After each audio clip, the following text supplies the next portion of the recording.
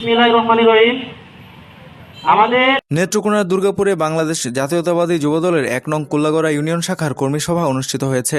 রবিবার বিকেলে রাশিমণি স্মৃতিসৌধ প্রাঙ্গণে এই অনুষ্ঠান আয়োজন করা হয়। এতে প্রধান অতিথি হিসেবে উপস্থিত ছিলেন জাতীয়তাবাদী যুবদল দুর্গাপুর উপজেলা শাখার আহ্বায়ক মাজহারুল হক রিপন। এই আয়োজনে কুল্লাগড়া ইউনিয়ন যুবদলের আহ্বায়ক রফিকুল ইসলাম সভাপতিত্ব করেন।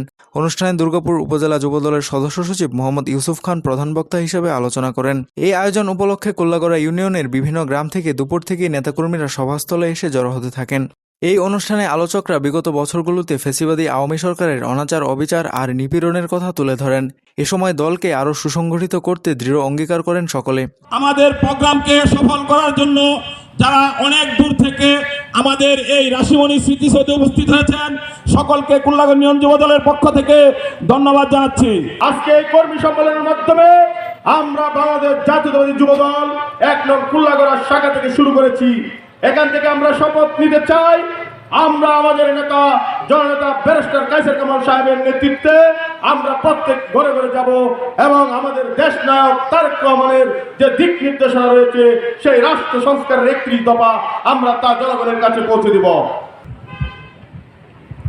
সবার সম্মিলিত প্রচেষ্টায় সামনে নির্বাচনে বাংলাদেশ জাতীয়তাবাদী দল ক্ষমতায় বসবে। মানুষের দোয়ায়, দেশবাসীর আশীর্বাদে আবারও ক্ষমতা আসীন হবে এবং আমরা এই দেশটাকে একটা সত্যিকারের সোনার বাংলায় পরিণত করতে পারবো। কষ্টগুলা, ভুলগুলা মাটি চাপা দিয়ে আমাদের নেত্রী, আমাদের আগামী রাষ্ট্রনায়ক জনাব তারেক রহমান বাংলাদেশের জন্য, আমাদের জন্য যে ত্যাগ স্বীকার করেছেন সেইটুকু মাথায় রেখে আমরা জননেতা ব্যারিস্টার কায়সার কামালের ঘোষিত এই বাগানকে স্বপ্নের বাগান হিসাবে রূপান্তরিত করব।